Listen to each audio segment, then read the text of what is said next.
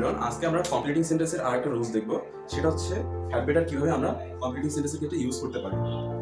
তো আমরা যদি একটু খেয়াল করি, মডার্ন অর্থে হ্যাড বেটার সাধারণত আনরিয়াল পাস্ট অর্থ প্রদান করে থাকে, হ্যাঁ, তবে সেটি প্রেজেন্ট বা ফিউচার এর অর্থ প্রকাশ করতে পারে।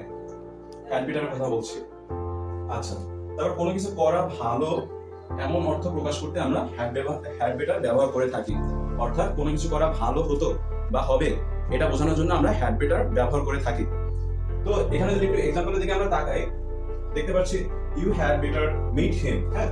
সো এটা কি হচ্ছে, আমাদের উপদেশ প্রকাশ করছে।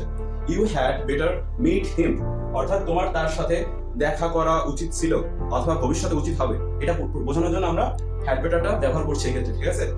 আচ্ছা, এরপরে যদি আমরা একটু তাকাই, you had better not meet him অর্থাৎ তোমার তার সাথে দেখা করা উচিত নয় অথবা উচিত হবে না অথবা উচিত ছিল না, হ্যাঁ, এটা বোঝানোর জন্য আমরা হ্যাড বেটারটা ইউজ করতে পারতেছি। এক্ষেত্রে হচ্ছে কি, এটা হচ্ছে আমাদের নেগেটিভ অর্থ প্রকাশ করছে।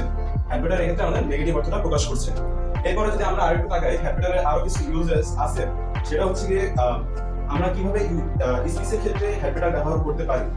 তো যদি একটু খেয়াল করো, ফার্স্ট পারসন এবং থার্ড পারসনের ক্ষেত্রে আমরা হ্যাড বেটার অপরিবর্তিত রাখতে পারবো বা অপরিবর্তিত থাকবে, তবে সেকেন্ড পারসন যেটা আছে সেটা আমরা অপরিবর্তিত রাখতে পারি অথবা অপরিবর্তিত না রেখে আমরা হ্যাড বেটারের পরিবর্তে advice plus object plus infinitive দ্বারা পরিবর্তন করে দিতে পারি, ঠিক আছে। তো যদি আমরা একটা এক্সাম্পলটা দিয়ে তাকাই, he said I had better go there, সে বলল যে তার সেখানে যাওয়া উচিত ছিল। এটাকে যদি আমরা অ্যাক্টিভ ভয়েসে দেখি অথবা অ্যাক্টিভ স্পিচে দেখি, তাহলে এটা হবে he said that he had better go there. তো এখানে আমাদের থার্ড পারসন দেয়া আছে, হি সেড। সো আমরা এটাকে এই রুলসে ফলাইতে পারতেছি না।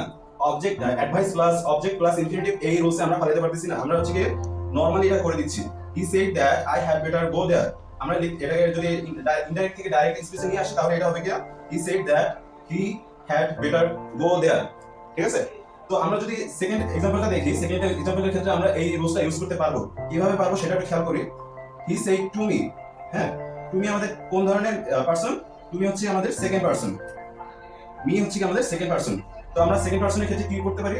সেকেন্ড পারসনের ক্ষেত্রে আমরা এটাকে অপরিবর্তিত রাখতে পারি অথবা advice plus object plus infinitive এই রুলস দ্বারা আমরা পরিবর্তন করে দিতে পারি। তো আমরা এটাকে যদি ইনডাইরেক্ট থেকে ডাইরেক্ট করতে চাই, সেক্ষেত্রে আমরা লিখতে পারি হি said to me that I had better হারি, ঠিক আছে। অথবা লিখতে পারি হি অ্যাডভাইসড মি টু হারি। অ্যাডভাইস প্লাস অবজেক্ট, আমাদের এখানে আছে কি অ্যাডভাইস প্লাস অবজেক্ট, অবজেক্ট হচ্ছে কি মি, দেন হচ্ছে কি আমরা ইনফিনিটিভ ইউজ করে দিব। আমরা কি জানি ইনফিনিটিভ কাকে বলে? ইনফিনিটিভ হচ্ছে কি টু প্লাস ভার্বের বেস ফর্ম। অর্থাৎ তোমার যদি এখানে সেকেন্ড পারসন দেয়া থাকে ইনডাইরেক্ট স্পিচের ক্ষেত্রে, তুমি এটাকে ডাইরেক্ট স্পিচে নেওয়ার জন্য সেকেন্ড পারসনের ক্ষেত্রে advice plus object plus infinitive দ্বারা হ্যাড বেটারকে পরিবর্তন করে দিতে পারো। He said to me you had better hurry, এর পরিবর্তে আমরা লিখতে পারি হি অ্যাডভাইসড মি টু হারি। আশা করি তোমরা হ্যাড বেটারের ইউজটা বুঝতে পারছো এবং হ্যাড বেটারকে কিভাবে ব্যবহার করতে পারবে তোমরা এবার থেকে পারবা ইনশাআল্লাহ। Thank you.